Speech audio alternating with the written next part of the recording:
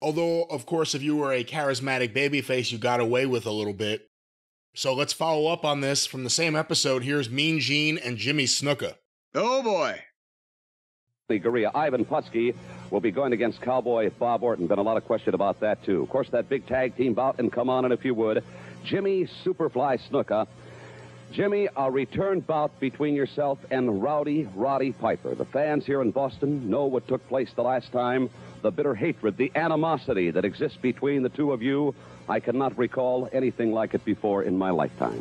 Let me stop it right there. Gene Okerlund's so good at setting things up. I know some people thought he talked too much, but he was great. Well, no, but also I guarantee you he knows what's about to come, so he at least wants to try to sell the match in some type of English that people are going to understand. And also he's using up some of the time that Snuka won't have to, because this, bear in mind, folks, at one point for what, a 2-year period, this was the most popular babyface in the entire professional wrestling business. And he couldn't say suey if the hogs had him, as Mama Cornette would say. Go ahead. Well, here he is talking about the man who hit him with a coconut, Roddy Piper.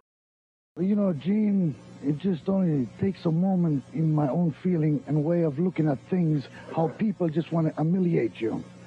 Well, you know, Roddy Piper, it is just sad that people has to come behind your back, brother, and hold you back so you can start your dirty work all over again, just like the same way you busted that coconut over my head, brother. Yes, and what happens? I felt something, brother, and it was kind of red after I looked at it, after the moment, and the silence became silence, and I realized what happened again. That was only the beginning. But Roddy Piper, to me, the match is as being signed again. But deep down in this soul, brother, it could be anything. Anything can go, too, brother. Just remember, my man, there might not be no interference. Because interference, brother, can cause a lot of damage. A lot of problem. Hateness, especially deep down in your soul, brother. Just remember what hateness is. The feeling doesn't feel good. I don't like things like that, Piper. Humiliating me, humiliating my people, my country from where I am. Roddy Piper, just remember one thing, brother. Hateness is a sickness where not even a doctor can cure it, brother.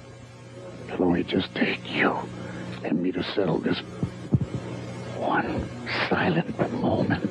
I thank you very much, Jimmy Superfly Snuka. Psychologists have said that the opposite of love is not hate. Roddy Piper, don't you ever forget.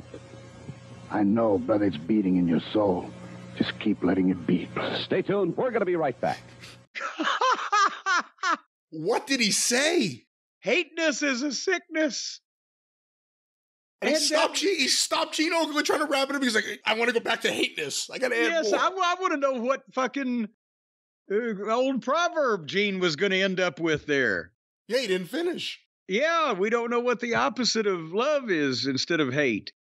And again, a lot of the modern fans are going, and they've heard of Jimmy Snuka, and they, oh my God, that was it. And the way he got away with it was that the fans at that time, concurrent with his career, they didn't know any Samoans personally. It wasn't like Samoans today. There's a plethora of Samoan people on television and wrestling and television, etc. Most people didn't know any Samoans or any. He was billed from the Fiji Islands, and they legitimately believed, which there was some truth to this, that he couldn't hardly speak English.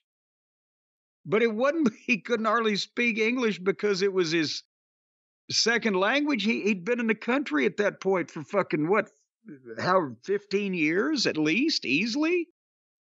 Yeah. It just, he couldn't speak, but he was so believable. And he was intense. I mean, the whole time he's saying this gibberish, he's looking dead into the camera with his eyes wide. And I mean, he looked like if they put wrestlers in the movies in the 70s, he would have been a jungle, he couldn't be Tarzan because he was more like the fucking jungle beast, right? But he was a freak athlete. an incredible physical specimen. He did shit nobody else could do in the ring at that size or maybe any other size. And he looked like the wild man from fucking Borneo, as they used to say.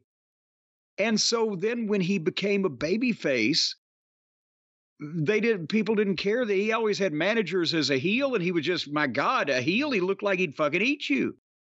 But as a babyface, the people, oh, he can't speak English. But boy, when he gets a hold of him, he means it, whatever he fucking said. Yeah, this is the problem the cops had when they arrested him. They're trying to ask him questions. Yeah. You can't get an answer out of the fucking guy. Can't speak. Yeah, and it took about fucking 8 or 10 of them to hold him fucking down to try to make him too. So that part was a shoot also. So, and dogs. Yes.